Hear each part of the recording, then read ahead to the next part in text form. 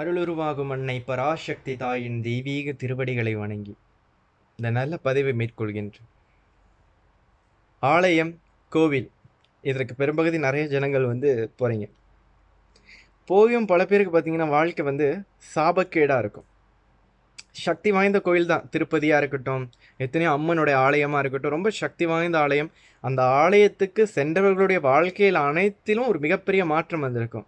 ஆனால் இவர் காலம் முழுவதும் போயிட்டு இருப்பாங்க. பார்த்தீங்கன்னா பிரச்சனைக்கு மேலே பிரச்சனை, துன்பத்துக்கு மேலே துன்பம் வருவது ஒரு எதர்ச்சியான ஒரு விஷயமாகவே நடந்துகிட்டு இருக்கும். இவருக்கு என்ன பண்ணணுன்னே தெரியாது. ஆலயத்துக்கு போனீங்கன்னா நீங்கள் முக்கியமாக கடைப்பிடிக்க வேண்டிய விஷயத்தில் ஒன்று இருக்குது. ஆலயத்தில் எக்காரணத்து கொண்டும் இதை நீங்கள் செய்யாதீர்கள். சத்தம் போட்டு பேசாதீங்க. உங்களுக்கு உதாரணத்துக்கு தெரிஞ்சவங்க வந்திருப்பாங்க. அந்த மண்ணுக்கு தான் நிற்பார். டே கணேசா, ஏ கௌரி, வேண்டாம். அது இறைவனுடைய கோவில். அரசரோட மாளிகையிலையோ இல்லை பிரதமரோட வீட்டிலையோ போயிட்டு உங்களுக்கு தெரிஞ்ச வேற கொஞ்சம் கூப்பிட்டு வாருங்க பார்ப்போம். டே கந்தா, டே கடம்பா, கூப்பிட்டு பாருங்க போயிட்டு. இந்த பாடி கார்டு உங்களை தூக்கி வெளியே வச்சுருவாங்க. பெரும்பகுதி ஆலயத்தில், ஆலய வளத்தில் கூட நாங்கள் பார்த்துருக்கேன். பொறுமையை கடைப்பிடிங்க. ஒரு ஆலயம் வளம் நீங்கள் வரீங்கன்னா கூட அதில் ஒரு நிதானம் இருக்கணும், ஒரு பொறுமை இருக்கணும். பொறுமையாக நீங்கள் அதை வளம் வரணும். ஒரு 9 சுத்துனா ஒவ்வொரு அடி மேலே தான் அடி பிரதிச்சைன்னு சொன்னாங்க. பொறுமை, சங்கல்பம். ஸோ இது நமது ஐஸ்வர்ய கிரியா வகுப்பில் மிகப்பெரிய சக்தி வாய்ந்த வித்தியாக நம்ம கற்றுக் கொடுக்குறோம். முக்கியமாக ஆலயத்துக்கு போங்க. ஒரு வாரத்தில் ஒரு வாட்டியாவது முடிந்த அளவுக்கு ஆலயத்துக்கு போங்க. ஆலயம் என்பது இறைவன் குடிகொண்டிருக்கும் ஒரு சக்தி கேந்திரம். இந்த சக்தி கேந்திரத்தில் பார்த்தீங்கன்னா பிரபஞ்சத்தின் ஆற்றலை உள்வாங்குவதற்குண்டான எல்லா திறனோட அந்த கோயிலோட இந்த கலசத்தை உருவாக்கியிருப்பாங்க. அந்த கோயில் கலசம் இருக்கும் அந்த இடத்துக்கு பேர் என்னன்னா விமானம் அப்படின்னு சொல்லுவாங்க. அந்த விமானத்தில் நம்ம போனோம்னா நாம் பறப்போம். ஆனால் இந்த விமானத்துக்கிட்ட நம்ம போனாலே நம் ஆன்மா ஒரு பரவச நிலை, ஒரு பறக்கிற ஒரு ஸ்டேஜுக்கு வரும். ஸோ ஆலயத்தில் அந்தளவுக்கு ஒரு நல்ல பூஜை, சாநித்தியம், மந்திரம், பிரயோகங்கள் எல்லாமே அந்தளவுக்கு இருக்கும். சரிங்க. ஸோ அந்த ஆலயத்தை நீங்கள் வலம் வரும் பொழுது என்னமோ அவருக்கு ஒரு 10 கோடிக்கு ஆர்டரு இப்போ வெளியில் வெயிட் பண்ணுற மாதிரியும், இல்லைனா அவருக்கு தெரிஞ்சவர் அங்கே பார்த்துருவார், தெரிஞ்சவங்க போயிடுவாங்களாம். அதனால ஒரு வருவார். இன்னொருத்தர் ஃபோன் பேசிக்கிட்டே வருவார். ஸோ தயவு செய்து முக்கியமாக இதை தவிர்த்து கொள்ளுங்கள். இதை தவிர்த்துட்டு பொறுமையாக அடிப்பிரதிஷ்டை செய்யுங்க. அடிப்பிரதிஷ்டை செய்கிறதுக்கு முன்னுக்கு, ஆலயத்துக்கு போகிறதுக்கு முன்னுக்கு இந்த ஒரு விஷயத்தை கடைப்பிடிங்க. போகணுன்னு முடிவு பண்ணிட்டீங்களா, குளித்ததுலேருந்து குளிச்சிட்டிங்க, தேவையில்லாமல் ஒரு வார்த்தை கூட பேசாதீங்க. அப்போ தேவையில்லாமல் ஒரு வார்த்தை கூட பேசலைன்னா என்ன அப்படின்னா, பெரும்பகுதி மனிதர்கள் பேசுகின்ற அநேக வார்த்தைகள் தேவையில்லாத வார்த்தைகள் தான். நீங்கள் தேவை உள்ள வார்த்தையை பேசியிருந்தீங்கன்னா உங்கள் வாழ்க்கை தேவை உள்ளதாக, அற்புதமாக, தேவையே இல்லாத ஒரு வாழ்க்கையாக கூட ஆகிருக்கும். ஆனால் வாழ்க்கையில் இவ்வளோ தேவைகள் நம்ம வச்சுட்ருக்கோமே, தேவையில்லாத பேசிகிட்ருக்கோம். மௌனத்தை கடைப்பிடிங்க.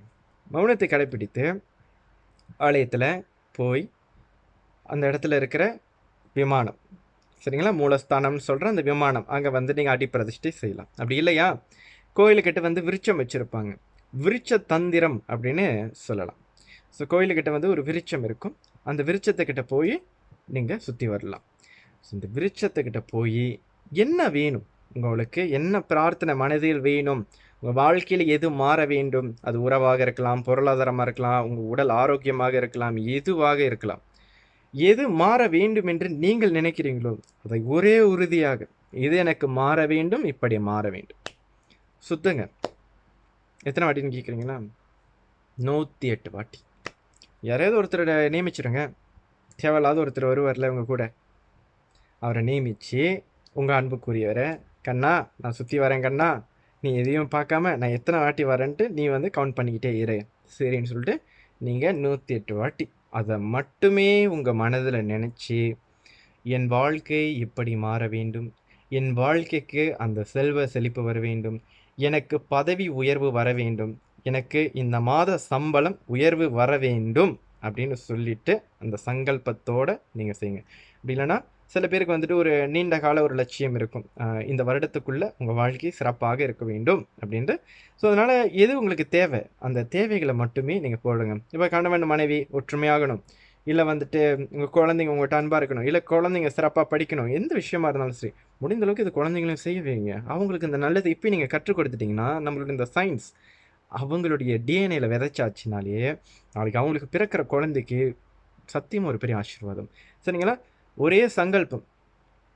2 சுத்துக்கு வந்துட்டு வீடை பற்றி, 5 சுத்துக்கு வந்து காடியை பற்றி, 10 சுத்துக்கு வந்துட்டு உங்களோட வியாபாரம், 20 சுத்துக்கு வந்துட்டு பொருளாதாரம், 30வது சுத்துக்கு வந்து மாமியார் மருமக பிரச்சனை. ஒன்றை எடுங்க, அந்த ஒன்றை தான் தொடர்ச்சியாக செய்யணும்.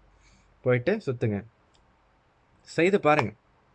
ரொம்ப பேர் சொல்லுவாங்க 108 வாட்டியா? இப்போ ரொம்ப பேர் கேட்ட வயதுலேயே தோணியிருக்கும், உங்களுக்கு தோணியிருக்கும் தானே? 108 வாட்டி சுற்றணுமா? கால் என்ன ஆகுறது அப்படின்ட்டு. கால் போனால் போட்டுங்க. இப்போ இருந்து மட்டும் என்ன சாதிச்சிருச்சு? கால்களால் பயன் என்ன அறம் கோயில் வளம் வந்துன்னு பெரியவங்க வந்து சொல்லியிருக்கிறாங்க. அப்போ ஒரு காலுடைய பயன் என்னன்னா, எல்லாம் வல்ல இந்த இறைவனை உடைய சன்னிதானத்தை போய் வளம் வர்றது.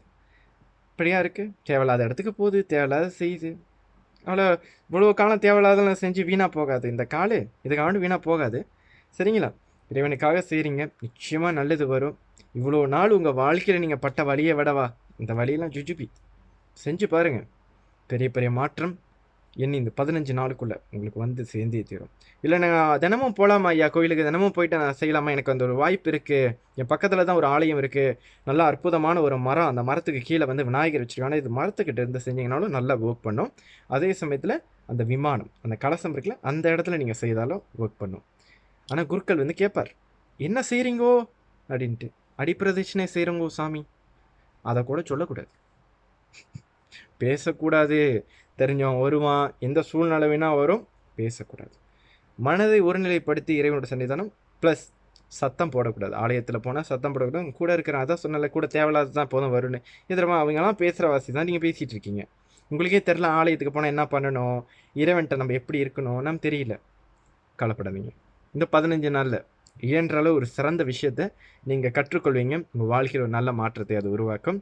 கற்றுக்கொள்வதை கடைபிடியுங்கள், வாழ்க்கையில் என்றும் மாற்றம் நிச்சயமே. அன்பேஷியம் உங்கள் அன்பார்ந்த பாபா மைந்தன். ஜெய் சாய்ராம்.